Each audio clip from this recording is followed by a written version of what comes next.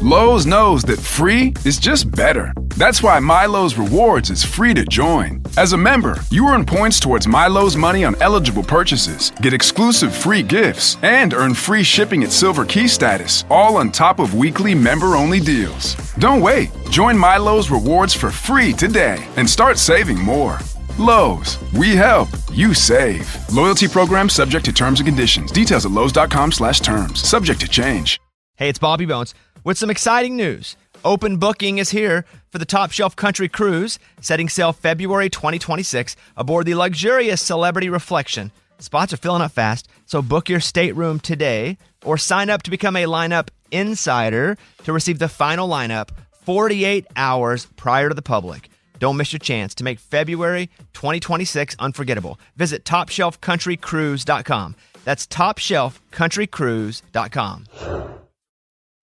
It's not, though. It's 1, 2, 3, shoot. No, it's not. It's you go on 3. It's go on 3. No one goes on 3. You go after 3. What are you, high? Of course you... Yeah, well, yes, but you still go after 3. I don't... No, you don't.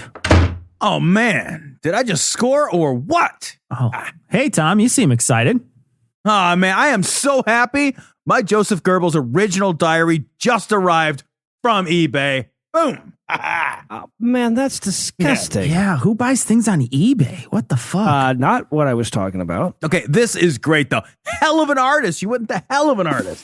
So Let me see this. These are all hand turkeys. You what now? Hand turkeys. Look, you trace your hand, then you draw a beak on your thumb, and then your fingers are the tail feathers. Right. Let me see this thing. Tom, this is a book of kids' art called The Adventures of Joey Gobbles. Admittedly, Joey Gobbles is a pretty cute name. Yeah, well, you do not want to see him rounding up the finger rabbits on page 4, though. Okay, all right. And, you guys tell me this book is worthless? Because I didn't pay worthless money. I mean, you could hang the pictures on your fridge. Oh, and take down my Laura Ingraham magnets. No, absolutely not.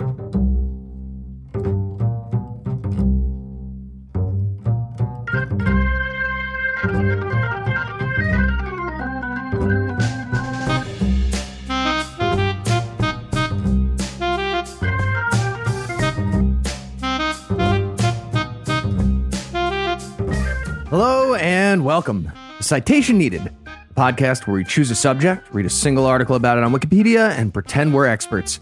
Because this is the internet, and that's how it works now. I'm Heath, and I'll be your host tonight. And joining me to learn about what Hitler really thought when nobody's listening is the usual panel of inexperts. First up, we have an Italian guy and a Jewish guy. Make sure we have a nice balanced perspective. Cecil and Eli. Yeah, my rapper name is Vanilla Mussolini. Yeah. And like all Jews, my rapper name is Produced By. And also joining me, we have Gimli and his squire, Tom and Noah. Hey, what the fucking... God damn it.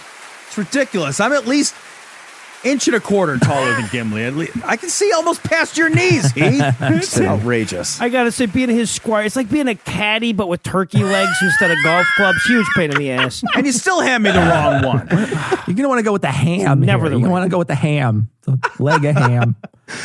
All right, so tell us, Tom, what person, place, thing, concept, phenomenon, or event are we going to be talking about today? Well, in these distressingly polarized times, I guess we're going to be talking about the Hitler Diaries. So thanks, patron Sakashite Fukusimi. And Noah, you were looking at World War II diaries, and Anne Frank's didn't quite make it to the top of the list for you. Are you ready to tell us about the ones that ranked higher in your mind? Well, this is because Anne Frank didn't turn out to be a middle-aged fat guy trying to make a buck, Heath. All right? Got it. Got it. Go with what sells. Mandy Patinkin. So, what were the Hitler Diaries? They were a series of 60 journals handwritten by Adolf Hitler that were purchased by the West German news magazine Stern in the early 1980s for the princely sum of 9.3 million Deutschmarks, or $3.7 million then, or $11 million in today's money. That would be a pretty good deal on a priceless historical treasure trove if they weren't all a bunch of half-assed forgeries. Yeah, that's an awkward moment when you find out they're forgeries. Somebody was like, fuck, these aren't really the inner thoughts of Adolf Hitler? Okay, I felt weird when I said it. I heard like, I'm disappointed. Okay. Yeah, do we even need Hitler's private thoughts? Was there something we suspect maybe he was holding back? Like, no, don't say that. That is a bridge too far, Adolf. Put that inside. Yeah, seems like the kind of guy who will just put it all out on his sleeve. Yeah, exactly. All right, so let's start with a kernel of truth here. The date is April 20th of 1945, Hitler's 56th birthday, and also his last. Thunder, lightning. What? No? I'm with you. I'm with you. So this was 10 days before he would commit suicide. His suicide note just read, worst surprise birthday party ever. Not a noisemaker's note, though. Now, it had been clear for quite a while here that the Germans had lost the war, or at least they were going to lose the war. And at this point, it was clear that they weren't going to be able to pretend otherwise much longer. Soviet troops were on the verge of taking Berlin. The Western Allies were, closing in from the other direction. So Hitler's private secretary, Martin Bormann, pulls the trigger on Operation Seraglio. That's a plan meant to safeguard key members of Hitler's entourage and some of his personal effects by flying them the fuck out of the bunker that Hitler was holed up in. Seems like a weird sell to Hitler, though, right? Right. And so you guys are just leaving? Yeah. Yeah, we just figure probably a better idea for us to meet you after the war, like after. Sure. Plus, I'm a super light sleeper, and the shelling has been super bad for my sleep, so... Yeah, no, that's no good. So, question, why are you guys also taking my stuff, though? Oh, yeah, we're going to wash this for you. Keep it safe. Wash it. You're going to wash my chair and my medals? Yeah. All right, you guys are the best. Thanks. Do you want this gun with one bullet, or? No. You can hold on to that.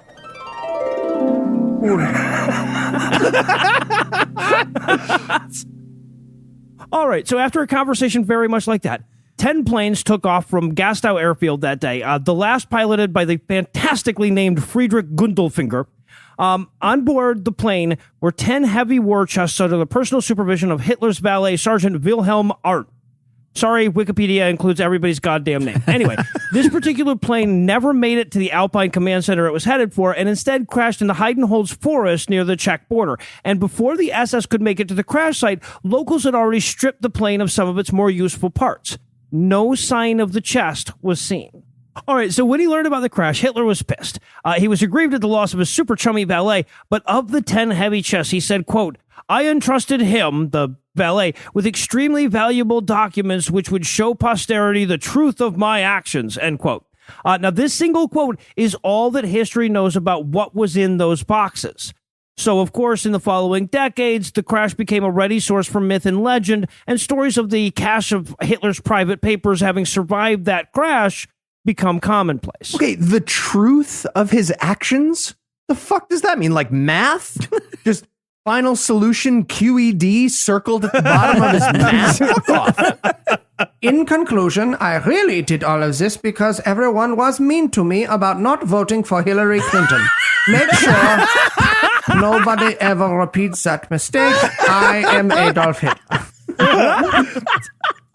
All right, so among the people who had no doubt heard these tall tales of the lost Hitler papers was one Konrad Kujow, the forger at the center of this story, and a man sentenced to forever look like Wallace Shawn fucked Rob Reiner. And like everyone involved in this story, he's a terrible, terrible piece of shit. He was born in 1938 in what would become East Germany after the war. He grew up idolizing Hitler, which is something you can forgive in a kid who grew up under Nazi propaganda, or at least the Vatican sure the fuck hopes you can. But this guy never stopped idolizing Hitler, so feel free to hate the fuck out of him all you want. Now, Kujow grew up in post-war East Germany, but in 1957, he fled to West Germany after a warrant was issued for his arrest in connection with a petty theft. Worked a few menial jobs, mismanaged a nightclub for a bit, but in 1963, he turned to the vocation of forgery. And like everything else he'd done in his life to that point, he sucked at it.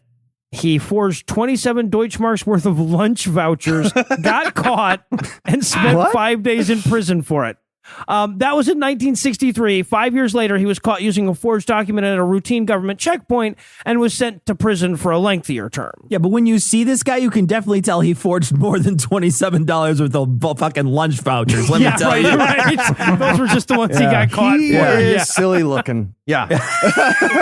He looks like a taster for the Lollipop Guild. Like he was in charge.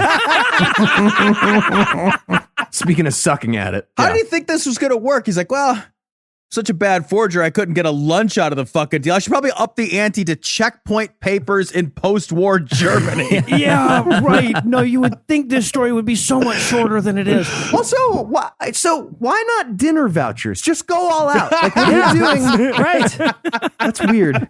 All right. So in 1970, Kujau would make a discovery that would change his fortunes. Despite laws to the contrary, a lot of people that he knew in East Germany collected Nazi memorabilia. And because people are shit, there was quite a bit of demand for that stuff in both West Germany and the rest of the world. So Kujau set himself up in the illicit artifacts trade. All right, so he could get Nazi memorabilia relatively cheap on one side of the Berlin Wall and sell it at a handsome profit on the other side. All he had to do was break the laws that forbade possession of Nazi memorabilia, as well as the ones that forbade the export of items of cultural heritage. There were other laws he broke, no doubt, as some of the memorabilia he was selling included functional firearms. Now, of course, it was inevitable that his two illegal vocations would come together, and eventually he realized that he could inflate the shit out of the value of his memorabilia by adding a little touch of forgery. So, for example, he had a genuine First World War helmet, which would normally have gotten him a few marks, but he added a forged note of authenticity, claiming that the helmet had been worn by Hitler at Ypres in 1914, and suddenly it was worth a small fucking fortune. Right, so his success with shit like this eventually led him to start producing handwritten notes that he purported to be from Rudolf Hess, Heinrich Himmler, Hermann Göring, Joseph Goebbels. Apparently, he did like an okay job on the handwriting, but according to experts that have examined his work, he fucked up pretty much everything else you could fuck up. He used modern paper, modern ink. He misspelled shit. The Wikipedia article, this is great. It quotes a copy of the Munich Agreement that he'd forged in English, a language apparently he didn't speak. And it's filled with all these weird Eli-esque misspellings, like a silent E at the end of again. Again, have you seen this guy? Maybe he fat-fingered that, you know? It's possible. Yeah. Kujau was also, like Hitler, an amateur artist. So in addition to all the documents, he started painting and claiming that those paintings were Hitler originals. And the wiki article, by the way, suggested he wasn't super discreet about the bullshit on this. Like, if he was trying to sell somebody some fake landscape he claimed was from Hitler, and the dude was like, oh, no, not this, but boy, I'll tell you, if you could find me a cartoon that Hitler drew, then Kujau would show up like 2 days later with just dried ink and go, hey, how about this Hitler cartoon, eh? Oh, my God. Check this out. I got a Charlie Brown shirt and a Haile Coyote. Coyote is so good. Uber genius.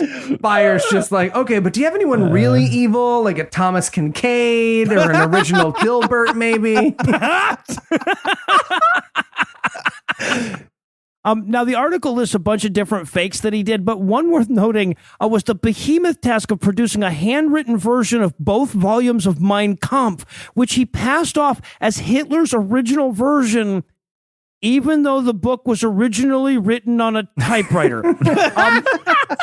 He also produced a series of war poems that he said were Hitler's original work, and even Kujau later admitted that a 14-year-old collector would have recognized those as forgeries. I see you're loose waffling over all these handwritten Hitler manuscripts, but let's say I sweetens the deal with these hand-drawn lottery tickets. What's it say? Right. Yeah, I'm guessing there's not a whole lot of authentic Hitler poetry like roses are red, violets are blue, you're in trouble if you're a Jew. Just isn't like Jesus Christ. All right, now quick before Tom does more Hitler poetry. The other guy we need to meet here is one Gerd Heidemann, who somehow manages to be both less likable and more corrupt than Kujau, even though he's technically Kujau's victim in this whole thing. So he, too, grew up in Germany during the Second World War. His parents were apolitical during Hitler's rise to power. Gross. See how that doesn't make them sound better, people who refuse to vote for Hillary? You see how that It's like assholes? accelerationism, Noah. If you accelerate the process, yeah, the Holocaust happens, but then Nazism goes away forever. Does it, though? Okay, I have no idea what either of you are talking about because I've never seen a statue of Hitler. So, But Gerd was a enthusiastic member of the Hitler Youth and remained a big Hitler fan for the rest of his life. Jesus fucking Christ, who are these people? He's the most evil dictator in like all of it. He's not an indie band. Well, I'm not much into Hitler's early work, but I really like his solo stuff, you know? What the fuck is wrong with these people? Yeah, who the fuck is apolitical about Hitler? Yes! Like, this isn't like farm subsidies. Like, hey, how do you feel about Hitler? That has an answer. well, it did pre-2020. Yeah. All right, so when he grows up, little Gertie gets a job as a photographer and reporter for Stern. And at one point, the newspaper sends him out to photograph this yacht that used to belong to Göring. Now, this yacht is fucking falling apart. It's crazy expensive to maintain, but it's for sale, and Heidemann wanted it. So he took out an extra mortgage on his home to buy the motherfucker. And while he's researching the history of the yacht, he meets Göring's daughter and has an affair with her. Between his relationship with her and his ownership of the yacht, he becomes something of a who's who in ex-Nazi circles and starts hosting parties on his boat where surviving SS generals were guests of honor. He even took the boat to South America and met real wanted war criminals. Also, before you get too wrapped up in the mystery of this international boat romance, go ahead and Google Göring's daughter. He might as well have been fucking the life preservers. Jesus Christ. All right, so as much as he loved the yacht and the way it made him the life of the Nazi party, he couldn't afford it. Trying to maintain it had made a pauper out of him. He'd borrowed heavily from the parent company of Stern under the promise of a book that he was going to write about all the conversations he was having with these old SS officers. But when that book turned out to be boring and unverifiable, he was just left with a ton of debt. So he set out to find a buyer for his yacht. This put him in touch with a bunch of Nazi memorabilia people, and it was through this unsuccessful effort that he became aware of Kuja's latest work of forgery, the first of his Hitler Diaries. All right. Well, that is quite a cliffhanger. Will the Nazi party planner be able to keep up the payments on the SSSS? Find out when we come back after some apropos of nothing.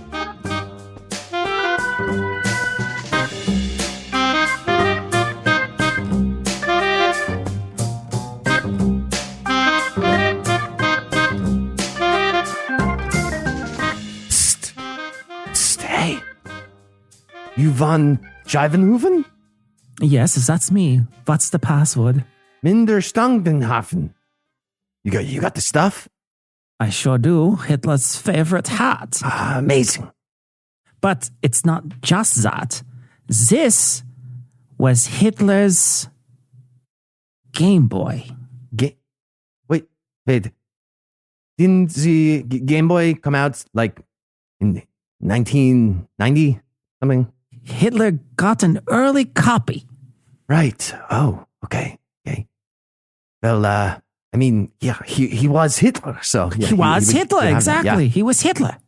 Okay, but come on, where's the good stuff? Like, the really good stuff. Ah, a fine collector, I see. Well, I wasn't gonna show you this, but since you asked, this is, it's Hitler's Doonesbury cartoon. Adolf Hitler drew a Doonesbury cartoon? Doonesbury cartoon, exactly. Yes, he certainly did. This has a reference to Nixon in it. He's very ahead of his time, Hitler was. Okay, let me ask you a question, Mr. Scheibenhofen. Just how dumb do you think I am? Dumb enough to think Hitler was cool, so... You're damn right. Take all of it. Nice. The Israelis, they're gonna come to my house and murder me in the late 70s. What? I asked if you wanted a bag at 7 cents.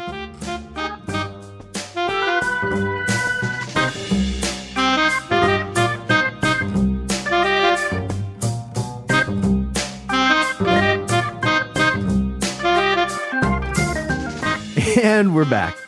When we left off, Gerd Heidemann was trying to sell a yacht to some Nazi sympathizers, also known as selling a yacht. What happens next?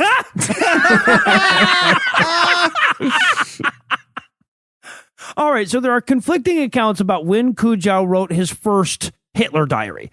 Fritz Stiefel, the guy who bought Kujaw's Mein Kampf transcript and his war poems, says Kujow loaned him the first diary in 1975, but that fucker doesn't know what he's talking about. An associate of Stiefel said it was in 76. Kujow himself said he began working on him in 1978. But regardless of when it happened, Kujow eventually set out to create his masterwork. He spent a month practicing the Gothic script that Hitler wrote in and got a book that was supposed to detail all of Hitler's movements day to day through his rise to power and through the war. And so he would just, copy shit out of that book in the first person and occasionally add little personal touches like, saw a cute poodle today or something like that. Okay. I'd love it if Hitler's life wasn't so fucking whimsical. What is happening? Dear diary, saw a puppy. Yeah, didn't want to bother the owners, but they made eye contact, so I got to pet him. It was cool. Cool. He fat. He bear. Tested Zyklon B and wrote a haiku. So Yeah. nice little Saturday. End of entry. The fuck's happening? Side note, I Googled Hitler's handwriting, and I no longer feel bad for making fun of goth kids in high school. It is obvious to me now that I just prevented all of them from becoming Hitler. So there you go. You're welcome. All right, so Kujow makes his first diary. He doesn't go out looking for a buyer for it. Instead, he loans it to Stiefel, a well-known dealer in Nazi memorabilia, and lets news of the diary's existence filter through the community of collectors. And that's exactly what happened. Eventually, Heidemann hears about it through a mutual friend, and the Nazi asshole in him is super excited, but the reporter in him is over the fucking moon. He knows a scoop when he hears one, so he gets with Stiefel and eventually to Kujow. All right, so Kujow, of course, has a whole story set up in terms of how he got these. So he spins this yarn about a crooked museum curator and a Nazi general in hiding. But he assures Heidemann that the diary is authentic, and what's more, there are 26 other volumes, as well as an unpublished third volume of Mein Kampf, numerous letters and unpublished papers, several paintings, and an opera written by young Adolf called Violent the Blacksmith. Fuck off. Operas? Come on. The moment he heard it was about a blacksmith, he should have suspected that it was forged. I missed you, Cecil, for the wrong cast member became a father. Because of my puns, or No, because of my mental illness. Yeah, Okay. I was fine. Yeah. So this is the part of the story where the journalism culture of the 80s starts working in Kujaw's favor pretty heavily. See, what Heidemann would need in order to authenticate these diaries would be a consensus of experts in several different fields. But the last thing Heidemann wanted to do was let a bunch of experts in a bunch of different fields know about their existence. News stopped being news once enough people knew about it. Right? And Heidemann was so secretive about this acquisition that even most of the management at his newspaper would only learn about this shit when they were about to go to print with it. In fact, Heidemann eventually agreed to, I shit you not, forego verification of the diaries until they had all been purchased so that the experts in the know couldn't threaten Kujaw's imaginary source in East Germany, or Heidemann's scoop. Okay. Pro tip. Don't buy Hitler stuff like you're buying Molly at a rave. I just feel like that's a bad idea. I feel weird. I gave notes about that, and I said pro tip, which felt weird. But still. So, to be clear, the deal was you can check if these things are real, but only after I sell them on the premise that they are in fact real. I found myself rooting for the Nazi art forger. What is even happening right now? 2020 is weird. There's so nobody to root for in this fucking story. All right, so ultimately, Heidemann somehow manages to sell this deal to his company. He delivers them a prospectus that outlines the cost of acquisition and includes a veiled threat to take this to a ready buyer in the U.S. if Stern isn't willing to pony up the dough. After a 2-hour meeting that includes no experts, no historians, nobody who knows what the fuck they're talking about, the company approved the purchase and gave Heidemann a 200,000 mark deposit to secure his deal with Kujow. Guys, these things are flying off these shelves. Act now. You can't afford not to buy these diaries. You'll notice this Hitler painting can turn a penny into a corkscrew. So this is... How about that? All right, and so, sorry, I have to add this, even though it doesn't fucking matter. And one of my favorite turns of this entire goddamn story, when the two men settle on an amount and they do the whole agreement and everything, Kujow gives Heidemann an original painting by Hitler as a thank you gift. Heidemann gives Kujow a Nazi uniform that once belonged to Göring. Both items were fakes. Goring's name tag just had a silent E at the end of it. There's like a weird Nazi gift to the Magi element of this story. Yes. Yeah. All right, so it's at this point in the story, by the way, that the shitty war poems that Cujo sold to Stiefel show back up. A couple of experts have determined that these are definitely fucking fake. And even though Stern's parent company heard about this fact, Cujo's assurance that those Hitler poems were from a different source was enough to allay their fears. All right, so at this point, Cujo had written a total of 3 diaries. He sold those to Heidemann in February of 1981, and then he got serious about his forging. His goal was to produce 3 a month until he had the promised 27 written. But once he saw how little work they were doing authenticating these fuckers, he sped the process up a bit. According to his later testimony, he once wrote 3 diaries in 3 days, and the quickest he ever knocked one out was in 3 hours. Hey, man. Okay, it says, Dear Diary, Lorem Ipsum? I guess a classic Hitler, always being cryptic. I don't know. That's cool. All right. I would like a bunch more of these. All right, so if you'll recall, Heidemann entered this story because he was saddled with a money pit yacht he was trying to get rid of. But at this point, you know, he starts buying nice cars, renting extra apartments, dining at the finest establishments, because Cujo is only getting about half the money that Stern is paying for these diaries.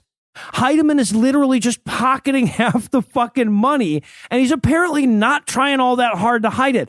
As a result of his profligate lifestyle, the prices of the diary just keep going up, even though Cujo's take isn't getting any bigger. Okay, but there is a conflict here for Heidemann, because one half of him is a reporter that wants to keep this scoop under wraps at all costs, right? But another half of him is a Nazi-sympathizing fuck who collects boats that Hermann Goering used to own and fucks that dude's daughter, who wants to show off to all his Nazi buddies that he literally has the diaries of the Adolf Hitler in his possession. So at one point, he can't help himself. He breaks his own rules. He calls this ex-Nazi general that he's buddies with, and he's like, hey, man, I got to read you this passage from the Hitler Diaries because it pertains to your old unit. The general doesn't hesitate to tell Heidemann that every fucking detail is wrong. His fucking unit wasn't even in that place that day. And rather than take this as a red flag that it was all bullshit, Heidemann rationalizes this away and says it's probably because Hitler was writing about what he intended to do that day, not what he actually did. What? Right, yeah. So according to Richard Harris, the journalist who literally wrote the book on this subject, that proves Heidemann had, quote, long ceased operating on a rational wavelength about the diaries, end quote. But, like, this motherfucker was also getting filthy rich off the deal, too, so there are other possible explanations. Okay, well, Moody's and Standard & Poor's gave this deal an A+. It's going to be fine. Right, yeah. Right. All right, so eventually, of course, they do get around to trying to authenticate this stuff, but even then, they fuck it all up. They don't give anybody even one full diary. They give experts a page. So all they know is that this one page was supposed to have been written by Hitler. They don't give them all the context that they would need to come to a rational conclusion. What's more, they offer their experts a sample of Hitler's actual handwriting to compare the diary to, but the sample comes from Heidemann's personal collection and is also one of Kujaw's forgeries. So like the experts keep coming back and they're like, yeah, these were definitely written by the same guy. And the editors at Stern are like, cha-ching, motherfuckers, I knew this was a good investment. You hear how Moody's and Standard & Poor's rated it? Okay, Noah, I'm not an expert in authenticating documents, but nobody else in this story is either. So no. Well, okay. We finally get one eventually. The first actual historian that sees the whole trove of stuff is a guy named Hugh Trevor Roper. And at first he was dubious, but then they show him this huge stack of fucking papers. And his first thought is like, okay, there's no fucking way somebody forged all of this. Right. In the end, the promised 27 diaries somehow expanded to 60 volumes. Plus, there were personal letters and shit. The idea that any person could have forged that much stuff was harder for him to believe than the official story. Plus, he had been told that the paper was tested and shown to be of the proper age, which was not true. So based on that and a cursory examination, he tentatively told the paper that he believed the documents were authentic. Yeah, see, this was printed on an inkjet, and the Nazis were working on jet technology, so it checks out. Right? All right, so this is where the bidding war starts. Stern is planning to publish all this shit in German, of course, but they're willing to contract out international rights, and basically every news corporation in the world wants in on these rights. And apparently, because he felt bad for not making it into a story with this many terrible human beings yet, the guy who secured the rights pretty much across the board was Rupert fucking Murdoch. Fantastic.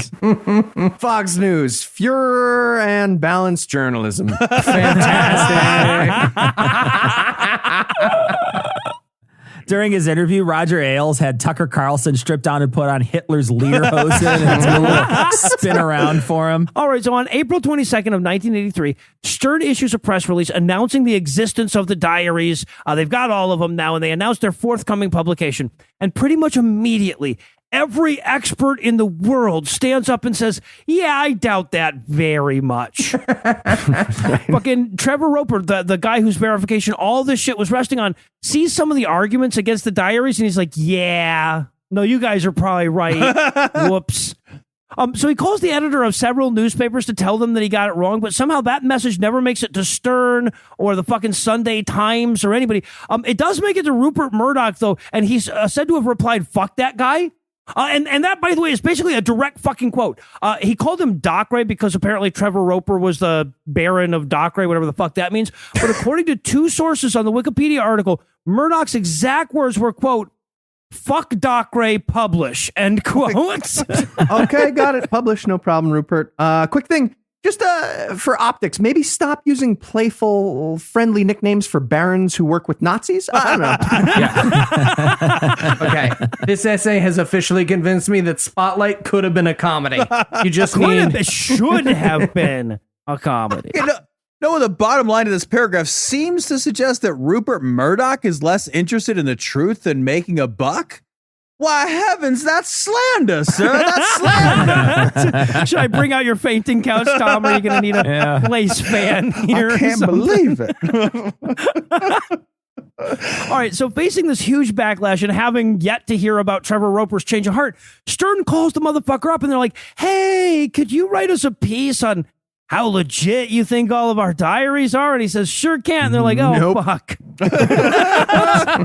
Because, consider this, all right, not only did they pay the equivalent of $11 million for these fucking things, but they could also be facing charges of disseminating Nazi propaganda if the courts were in a shitty enough mood about this thing. The diaries were forged by a Nazi sympathizer who went way out of his way to paint Hitler in the best possible light. Right? The fucking diary suggested that he wasn't aware of the Holocaust. What? Dear diary, remind me to follow up with Goebbels about my free summer camp idea for Jews. Jesus fucking Christ. Knew what happened with that. What the fuck, man? B&Bs, I think they're going great. People saying weird things. They report back weird things to me, but All right, so eventually, of course, they released the full diaries to experts, and while the experts didn't return a verdict immediately, that's because they had to stop laughing first. These diaries were not good forgeries. They were so bad, in fact, it's fucking ridiculous. The first error appears before you open them because, and I am not making this shit up, Cujo got Hitler's initials wrong. Okay. What? Okay. He bought these gold calligraphy letters and he thought that the F was an A because it kind of looked like that in the calligraphy. So all the diaries had FH stamped across them. Did he? He might have thought Hitler's first name was Führer, though, too. That's a possibility. That would have been less dumb than the real answer. Also, by the way, the fucking paper was modern. The bindings had polyester in them, which wasn't used in book bindings until the 50s. The ink was less than 2 years old. And Cujo had made the books look old by dumping tea on them and smacking them against his desk. That was the extent of his artificial aging process.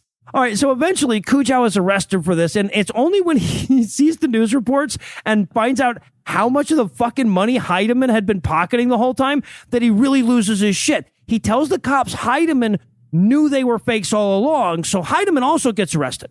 And by the way, I don't have time to go into the details about this, but even the fucking trial was a farce in this story. Heidemann and Kujow just screamed at each other constantly. Fucking That's one awesome. magistrate was removed for falling asleep during the trial. amazing. One of the exhibits was apparently a framed pair of Idi Amin's underpants. Nice. Which Heidemann kept like hanging on his wall at home. Like I said, this could be a really long essay. Okay, is that an epaulet over the dick hole? Okay, sorry, we're getting off track, but that's crazy.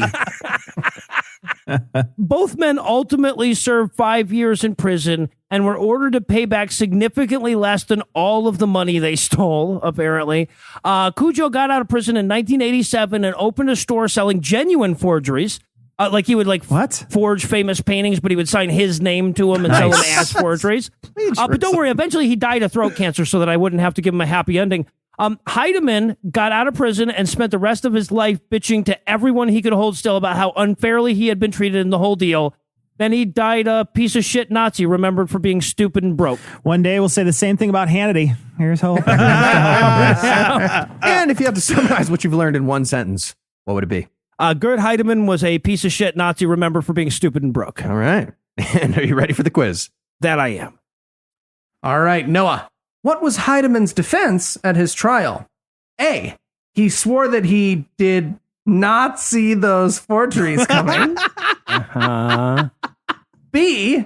He did his best to be a swastickler on the price. Jesus Christ. You have a baby recently? C.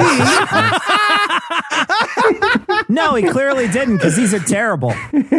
He was uncomfortable asking for a refund. What? Oh, Jesus Christ. D. He was sure this story was going to be a Hitler. Jesus. Prairie Home Companion. Welcome to the show. I'm going to go with secret answer E. Shit tits. There you go. I'm telling you, you wake up every 2 hours for the last month, you'll love that one. Mwah! That's a spicy meatball. All right, Noah. Selling fake Nazi shit to real Nazi sympathizers and draining their bank accounts in pursuit of worthless forged evil is wrong because A, sometimes their checks bounce. I'm going to go with B because you too in this story are a fucking Nazi sympathizer douchebag and you wind up with money. No good people. No, there are none. All right, Noah, what's the best thing a Nazi can collect? A, long knives. B, Volk art. C, concentration stamps. D, anything on vinyl solutions. Or E, Jesus Christ. punches to the face. Oh, it's very obviously E. Thanks for close. making that one easy on me, Cecil. Nice. It was. All right. Well done, Noah. You're the winner. All right, awesome. Well, I'll tell you what, I've been dying for a Tom essay for like minutes now, so we'll make Tom the essay next week. All right. Well, for Tom, Noah, Cecil, and Eli, I'm Heath. Thank you for hanging out with us today. We'll be back next week, and by then, Tom will be an expert on something else. Between now and then, you can hear Tom and Cecil on Cognitive Dissonance, and you can hear Eli, Noah, and myself on God-Awful Movies, The Scathing Atheist, The Skeptocrat, and D&D Minus. And if you'd like to stop being the tragic part of the tragedy of the commons, you can make a per-episode donation at patreon.com/citationpod. And if you'd like to get in touch with us, listen to past episodes, connect with us on social media, or take a look at the show notes, be sure to check out citationpod.com. Okay, so I've got Hitler's PlayStation, Napoleon's Nintendo Switch, and the Hubba Bubba painted by Moses from the Bible. Like they're going to come to my house and they're going to shoot me in the face and they're not even going to say they didn't do it. They're not even going to deny it.